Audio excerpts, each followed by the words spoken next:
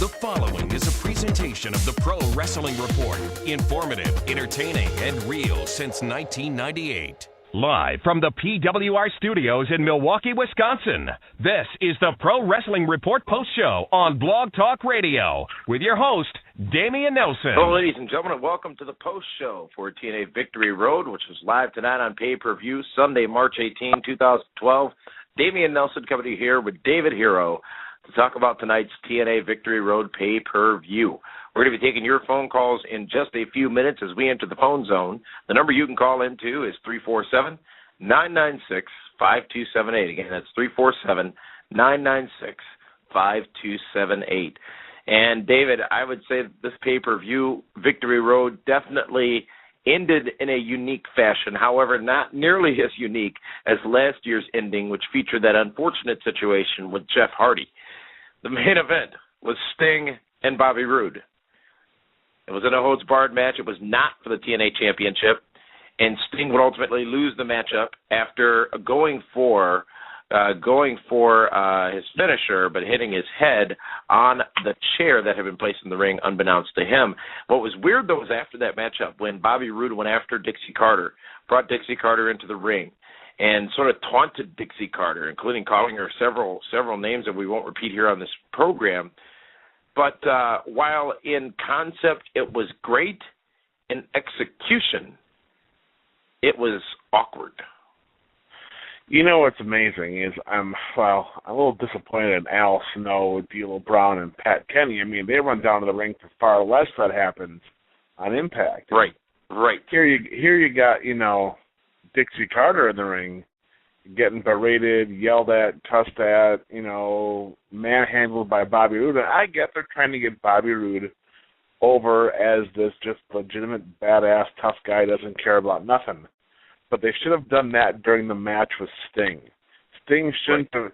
It's okay if Sting beats himself, but let Bobby Roode just show that aggression throughout the match. And how I mean? much more great would it have been if the locker room would have emptied, or at least all the faces came out to try to save Dixie, and Roode just stood tall in the ring with the chair or weapon or whatever, with Dixie trapped. That would have made a lot more sense. It would have been a much better visual to go off the air with, as opposed to what started off as being, okay, this is neat. This is what they need to do to get some heat. This is what they need to do to give Dixie some prominence, to portray her as a vulnerable character. But at the end, unfortunately, what could have been great fell a bit flat. Yeah. You know what? They had the opportunity to establish Bobby Roode as the main event king going into lockdown with James. So where's James Storm? Why wasn't he even out? I mean, and then of course they're trying to wipe off the face paint and put it on Dixie, but that's not working. Duct tape's not working. She's actually taking it off instead of pretending to. Yeah, in theory, I'm guessing it sounded good in the production meetings, but boy, it did not translate well on TV at all. It is a shame because the pay-per-view overall was solid. I mean, very solid. There were some good matches tonight. Unfortunately, the broadcast team didn't want to talk about those. But, what could have been a hot pay-per-view with a good, strong finish going into their big lockdown on the road pay-per-view, they really tripped all over themselves. Yeah, and it's unfortunate, as you said, because this was a strong pay-per-view offering from TNA, but the last images they left us with weren't strong. And that takes away, I think, a bit from all the other excellence that was on this pay-per-view. And let's talk about that. Earlier today, we found out from TNA Wrestling that Bully Ray had come in and taken over or taken Victory Road hostage because he wanted a number one contender match. Bully Ray comes out, addresses the crowd. The crowd's very into Bully Ray. Bully Ray is demanding that matchup become a number one contender match because he wants to take Storm's place at next month's pay-per-view lockdown. Well, out comes James Storm. James Storm wins very quickly in this matchup, but no damage done to Bully Ray whatsoever. Well, I don't know about that. I mean, James Storm beat him pretty quick, and went over pretty strong. I mean, for a guy that was going to take the pay-per-view over on hostage, just own it and not let anyone in the ring. He looked rather weak in getting, beat so quick. Yeah. Yeah, but I think the crowd was still, I think when they were saying Bully Ray is awesome or whatever it was they were saying or at the beginning, it seemed as if they were doing so because of not necessarily what he was doing, but because of their respect for him as that guy, that heel, that prick, that jerk. And he's still that guy. Well, and of course, I'm sure at the tapings this week, he will get all of his steam back and somehow get involved into a, maybe he makes the lockdown match a three-way. Who knows? Mm-hmm. From there, we went to Jeremy Borash, who was in back getting ready to do an interview with Austin Aries, and out comes Eric Bischoff, who asks Borash why he's still there, removes him from his interviewing duties. Bischoff then strongly endorses Austin Aries a double, and basically becomes a love fest between those two. Here's the problem. That made no sense to anybody at home who didn't know about Eric Bischoff's Facebook comments recently about Borash, which goes back to the point of the announcers, Taz and Tanae, who didn't give us the backstory, if you will, on why that happened to the pay-per-view audience, which arguably would be the people who knew about that because they are the most loyal of TNA fans. But I think it was a missed opportunity there. But the question, David, is there a place for this within TNA as far as a storyline goes? Because I don't think it is too far from the truth that Bischoff and Borash are not the biggest fans of each other. I really don't think so, because what kind of anything does Jeremy Borash have to go up against Eric Bischoff? Right. It just wouldn't make sense for them, because Borash has no stroke. So I'm sorry. If you ask him, he does. Well, yeah, but it's not going to play out very well on TV. That's right. The whole problem. From there, we go to the matchup between Austin Aries and Zema Ion, an X Division matchup, where in the early part of the matchup, Austin Aries stops the match to send out a tweet. TNA and Victory Road, very, very interactive tonight, going back to their original days of embracing social media and doing so more so than has been in the past, looking for trends on Twitter, actually responding to live fan tweets during the show. Well done by TNA, and I think we'll dispel this rumor now. They're not copying WWE. They did this first, but walked away from it. They walked away from it several months, if not years back, and WWE has since taken the lead in that game. So, be that as it may, you run the risk of being very excessive with that, but I think it became, it was portrayed as lighthearted when Austin Aries picked up a phone during a matchup and said, "Hold, please," to the referee, and sent out the following tweet. It's a great day to be great, and a great day to live tweet. And the direct said at Zema TNA with the hashtag Victory Road. Tremendous by Austin Aries, who defeats Zema Ion in a solid matchup, and the crowd solidly and firmly behind A-Double. And A-Double is one of the main big-time players they got right now. I mean, he's over with the crowd. You could tell by the reaction he got. The amazing thing is even though he's the bad guy, he's getting a babyface pop because the fans respect what he does. They appreciate everything that he's doing going forward. And who would have thought that the guy that had to win a match to get into TNA would now become one of their brightest young players? Next matchup was the Tag Team Championship matchup, and it went pretty much as you said it would and be the Booker, David Hero. Crimson turns on Matt Morgan. Joe and Magnus retain the Tag Team Championship belts. Is this what the fans want? Do they really want to see Crimson and Matt Morgan go at it again? How many times are they going to have tag teams split up in TNA? It happens so often. I mean, it was, first it was Beer Money, then it was Dudley's, then what's the last one? AJ and Kaz and Daniels, It's like, boy, you know what? It is not a good thing to have a tag team in TNA. No, not at all. And they were pioneers, if you will, of the newest era of tag team wrestling. However, I think at the same time, while they may not want to see Crimson and Morgan go at it, and let's not forget Crimson is endorsed, I think that Joe and Magnus have now been elevated to a role of prominence in the company, and the fans tonight solidly behind Samoa Joe. Yeah, well, you know what? The TNA fans love Joe, and who would have thought that Magnus would come so far? I mean, he's actually those two guys complement each other so well in the ring. Yeah. It's almost like watching the old Brain Busters, Tully Blanchard and Arn Anderson, back in the ring. Just two guys that go out there and wrestle hard. And you know what? They deserve it. They are great tag team champions, and I would venture to say that they might be the best tag team going right now in either brand. We're taking your phone calls, ladies and gentlemen, in just a few moments. The number 347-996-5278 as we're here live talking about TNA Victory Road, which was tonight on pay-per-view. The next matchup was the the Robbie E Invitational matchup. It was an open challenge. Robbie E saying no one in the locker room can accept the challenge, so he opens it up to the fans, then cancels that challenge for the fans, and then out comes back to TNA Wrestling. Devon, Brother Devon, returns, accepts the challenge, and defeats Robbie E to become the new TNA television champion. And at one random point during the matchup, as Robbie grabbed a chair from ringside, Brooke Hogan tried to intervene, and it was just sort of odd, unless we see something down the road with it, which perhaps we will. But the more important story coming out of that is Devon is the new television champion, ending the reign of Robbie E.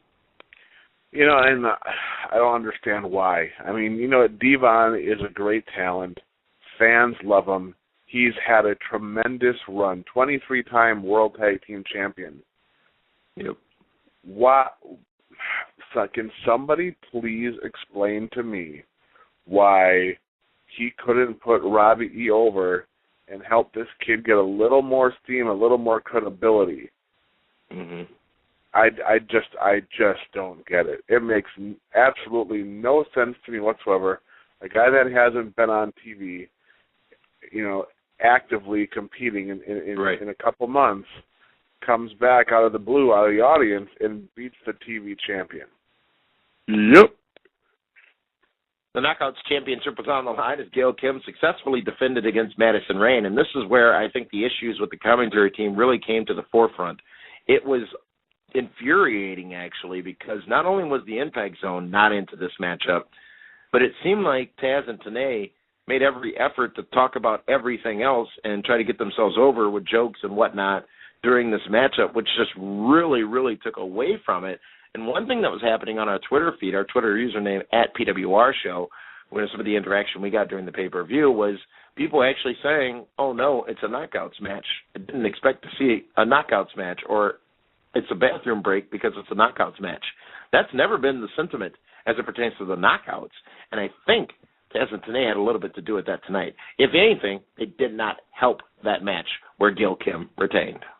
No, not at all. But, you know, let me say this. Gail Kim and Madison Rayne are two of the top knockouts, if not two of the, you know, best female wrestlers on the planet. I mean, yep. Former knockout tag champions. They're aggressive. You know, they make it look good. Gail Kim works snug. It's just unfortunate that, you know, the commentators involved downplayed what was going on in the ring so much. Yep. From there, we went to a tag team matchup. The returning Kid Anderson teaming with AJ Styles to go up against Kazarian and Christopher Daniels. Crowd starts absolutely comatose for this matchup, but it did get better as the match went on. And as the match went on, we did see Anderson and Styles win the matchup, Styles with the Styles Clash on Kazarian. A good tag team effort. You know, you can tell the comfort level that AJ has with his pals, with Kaz and with Daniels, because they were doing some reversals and catching each other off guard, where I don't know if they would have the same level of trust with other guys in the ring. And, you know, it was four guys that went out there and worked hard. But unfortunately, it was during that match when I really noticed that the crowd wasn't into anything. Yeah. They just seemed like they were tired, and then when the announce team doesn't find an urgency to get the audience involved or even the at-home audience involved, it never ends well. But, overall, a solid match. I got points from Ken. Thank you very much. But, it's just amazing how TNA went through this pay-per-view, which had solid matches, and I'll say this again, solid matches, but they did nothing to capture the audience's attention. Nothing. And the next matchup, though, did really catch the audience's attention, and it was a matchup between Kurt Angle and Jeff Hardy. Kurt Angle ultimately wins what I thought was a great matchup, and a profound question that came across me, especially after we had Jeff Hardy in an interview on our program last October on the Pro Wrestling Report Primetime. Was this match this night and the fact that it was a tremendous matchup a bit of redemption some 1 year later for a recovered Jeff Hardy? Absolutely. I mean, if you looked at Jeff Hardy tonight, he was in great shape. When he took his shirt off, he was ripped, looked good. Kurt Angle is one of the best wrestlers on the planet. Great ring general. Those two guys called a great match, and you had to know in the back of Jeff Hardy's mind, he was thinking, this is when I dropped the ball and kicked out of bounds.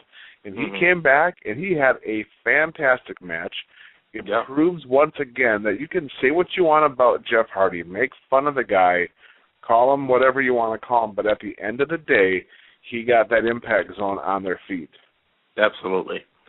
And it was a great matchup. And, quite frankly, as you said, you got to give credit to not only Jeff Hardy, but also to Kurt Angle. I mean, they were that damn good. It was a good matchup. Both guys showed why they both know how to make money in this business, because it was a great story. Both guys, you know what, and this may have been the smartest match Jeff Hardy has wrestled in quite a while. Yes, his 2 or 3 swantons he did were killing himself and Kurt Angle, but overall, it was a great story. And you know what, you can definitely tell the rematch will happen next month at Lockdown. And it looked like Jeff Hardy in the ring. You know what I mean? He looked, as you said, physically good, but his performance was Jeff Hardy. And there was no question about that. What I mean by that, it was the same Jeff Hardy of old, the Jeff Hardy of WWE days, if you will. And it was a great execution overall for the two of them. 2 other things we learned on the pay-per-view tonight is that Slammiversary from TNA in June is going to be held in Dallas, because that's Dixie Carter's hometown. Anyways, also we found out that the return of the Motor City Machine Guns is coming soon. We saw a video promotion for that, assuming Chris Sabin is healthy again and able to get back into the ring, which I, for one, am excited about. I would assume it's going to be the team with he and Alex Shelley again. So, overall, Overall, a good pay-per-view, if not borderline great. It just ended on the wrong note. And again, the intention with the Dixie Carter and Bobby Roode thing, I think, was solid. The execution, not so much. And what I mean by that is it went too long, it felt too awkward, and it did not portray the vulnerability of Dixie. She fought back too much, first of all. And it just didn't, ultimately, it almost reminded me of the Elizabeth Hogan handcuff incident from Nitro a long time ago. Where what I think this hurt Dixie Carter more than it's going to hurt Bobby Roode in the long run, because if the babyfaces in the back don't run out to save the owner of the company, why should the fans care about her? True, yeah. Now, they had a great opportunity, and again, we're only talking about the one bad thing about this pay-per-view, I would say, but they had an opportunity to really end it on a strong note. They had an opportunity to send the fans home saying, oh my God, what did he or what will he do to Dixie Carter? And I wasn't left with that. I was left with, okay, they're going to awkwardly dance around Sting in the ring for the next 30 minutes until the Impact Zone clears out. Not quite good in the execution on that case. However, we want to know what you all thought about the pay-per-view overall. Was it a pass or a fail? You can go to our Facebook page, facebook.com/PWR Show, facebook.com/PWR Show, to vote right now in the poll there. We'll have the results at the end of this broadcast. Right now we're going to go to your phone calls talking about TNA Victory Road, and we will acknowledge you by the area code from which you're calling from, so go ahead and take a listen for that. Once we do, give us your name, your city, and proceed right into your question or comment. And let's first go to a caller calling us from the 269 area code. Caller from the 269, you're live. Hey guys, thanks for taking my call. It's David from Michigan. Hey, Dave from Michigan. I wanted to add a couple quick comments. Okay. The first comment was about Jeff Hardy and Angle, which I thought was an awesome match, and to see Jeff Hardy, how far he's come from last year, and it's just like we all love to see a comeback story. Yeah, absolutely. And the second thing was about, would you guys, I was seeing it for a minute, but with Dixie Carter, do you think there would be any way TNA would do this where they would align Bobby Roode and Dixie Carter as like a heel team type thing? Yeah, Dave, I got to say this, and thank you very much for that call. She's not very good at in-ring performing, if you will. No. And you need that. She doesn't have that. So I don't think her doing anything regularly on air would work, aside from being the victim and getting the sympathy of the audience, which I think they tried for tonight. Even her husband didn't come out to save her tonight. Right. Who has in the past. Yeah. Where was he? We should have learned earlier in the night that Dixie's husband was in there. When she was telling us about Dallas, she could have told us that he was in Dallas working on the details and getting ready for Slammiversary, which would have explained his absence. It's those little notes, those little details that make sense. You know what else was missed tonight? Over the course of the night is Abyss's brother, Joseph Parks. Why wouldn't he be at the pay-per-view looking for his brother, trying to get clues there?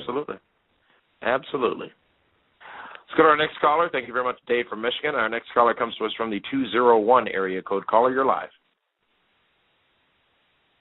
Yeah, good evening, gentlemen. This is Christopher from Englewood, New Jersey. How are you? Hey, Christopher. Yeah, Christopher. What do you have for us? I just want to say, about the Dixie Carter-Bobby Roode situation, what I found it absolutely outrageous. I mean, the fact that he took his hands and laid it on the manager of the TNA was downright wrong. I mean, everything else went great and everything, but that last one, my God, it put the whole kibosh on it, the whole pay-per-view. And it really made me mad, you know. I have to be quite honest with you. I was very, very disgusted by that. But all in all, the pay-per-view went very well. But the fact is that he had no right to lay the hand on the boss, and it was a violation of a person's right to exist. You know what I'm saying? Yeah, absolutely. And thank you very much for that call. But it didn't have to be that way, and I think that's the challenge we've been discussing. Is this had a lot of potential. I was hoping Bobby Roode was going to leave Victory Road with a huge win and just the ability going forward that, okay, he is now the top dog in TNA, where now James Storm is going to have to be the guy that really has to prove himself. Let's go to our next caller, calling us from the 704 area code. Caller from the 704, you're live. Hey, guys, this is Phil from Charlotte. How are y'all? Hey, man. Hey, I thought tonight's pay-per-view was very good. I'm agreeing with what you guys have to say about the ending. I thought it was kind of weird. It was a great opportunity to really have a lot of the roster come out, like David was saying, and then, you know, just have Bobby Roode kind of scream and point and yell and stand there and be the man at the end. But, you know, it was weird. I thought the pay-per-view was good. I thought it was worth the money. Two things. Number one, I think Taz right now is probably the best call guy in the business. The more I listen to that guy, I like how he's tactical. On TNA? Oh, yeah, just TNA, WWE. Ever since Jim Ross left, Taz has taken over, in my opinion, as far as being able to work toward the guys like me that like to hear the technical calls of the match, and then also add the color, with just his personality, that's the color. So. And then number two is the wrestling business is all about being on the road. And I've called in before and made the point to where until they get at least these pay-per-views out into a new town where it's a special event, people are coming, the TNA is not here every week. It's not the same. You look on TV, you see the same people in the same seat. Right. That kind of thing. So until they get on the road and make it a special night for the audience, it's not going to be a special pay-per-view for the people. So. Yeah, Phil, thank you so much for that call. I'm a little surprised, though, about the mention of Taz. And I will say this, I've long been a fan of Taz in the commentary role, but there is a difference between the very controlled and very measured and very calculated statements of WWE broadcasters who are storytellers versus that of play-by-play and color commentators on TNA, being Taz and Tenay, who don't have much direction. There's a difference, and there's a notable difference there. And we talked about at least two holes in some of those stories that should have been told tonight that wouldn't have happened in the other company. And that's where the challenge is, I think. I'm not sure they can roam as free as they have been in the past. Mike Tenay is an excellent broadcaster. He's the professor. I have a lot of respect for him. But there's responsibilities that the broadcast team has, and I'm not sure if they met those responsibilities tonight. I don't think they did. I mean, if their job was to get over Twitter, then they did a tremendous job. They did absolutely that. David, I think in summary, we need to say one thing. It was a great pay-per-view, I think. Bell to bell, before the end, the post-match happenings at the end, this was an amazingly solid pay-per-view. One of the best I've seen from TNA in a very long time. Great wrestling. I questioned Devon winning.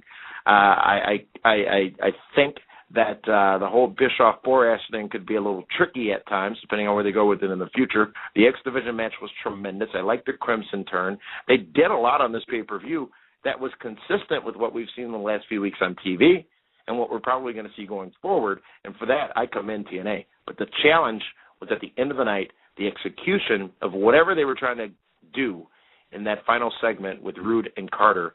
That's the one piece of egg on the face of this pay-per-view. Well, yeah, that whole last 10 minutes was just a mess. I mean, they didn't get anything over the way that they had hoped. They made their owner look weak. They made their top heel look like he was uncertain as to what he was doing, and they made their company guy Sting just laid out who self-inflicted gunshot wound to himself. The next pay-per-view offering is WrestleMania, coming up in just a couple of weeks' time in Miami, Florida. As you know, PWR is throwing the big Shenanigans Beach Party. That Shenanigans Beach Party is going to be Friday night, March 30th, Miami, Florida, on South Beach on Ocean Drive. Only a few VIP seats remain for that, or VIP ticket admissions remain for that.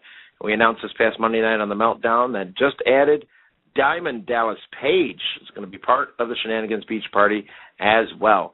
Robbie E. and Rob Terry, who you saw on the pay-per-view tonight, will also be in attendance at that beach party. It is the party event of the year as it pertains to professional wrestling, and all of you can be a part of it. Just go to pwrshow.com right now and pick up your tickets for the Shenanigans Beach Party. Don't miss out. Don't be that guy standing, hoping to get in to Ocean's 10 and not able to do so because we're sold out. And that will happen by Friday, March 30th. So get your tickets now and don't delay. David, we're going to be back on the air again tomorrow night with the Meltdown, and we're going to go over what probably is going to be a very active WWE Raw. As we've heard, The Rock is bringing a guest to Raw in Philadelphia, or a surprise, rather, to Raw in Philadelphia. Who knows what shenanigans they have up their sleeve this week. It's going to be crazy. For David Hero, this is Damian Nelson saying thank you so much for joining us for the TNA Victory Road post-show. And real quick, actually, forgot the results on our Facebook page. 75% giving this pay-per-view a passing grade, 25% giving it a fail grade. So, ultimately, in your eyes, the fans' eyes, this was a passing pay-per-view. This has been the Pro Wrestling Report post-show for TNA Victory Road live on Blog Talk Radio. We'll see you tomorrow night on The Meltdown.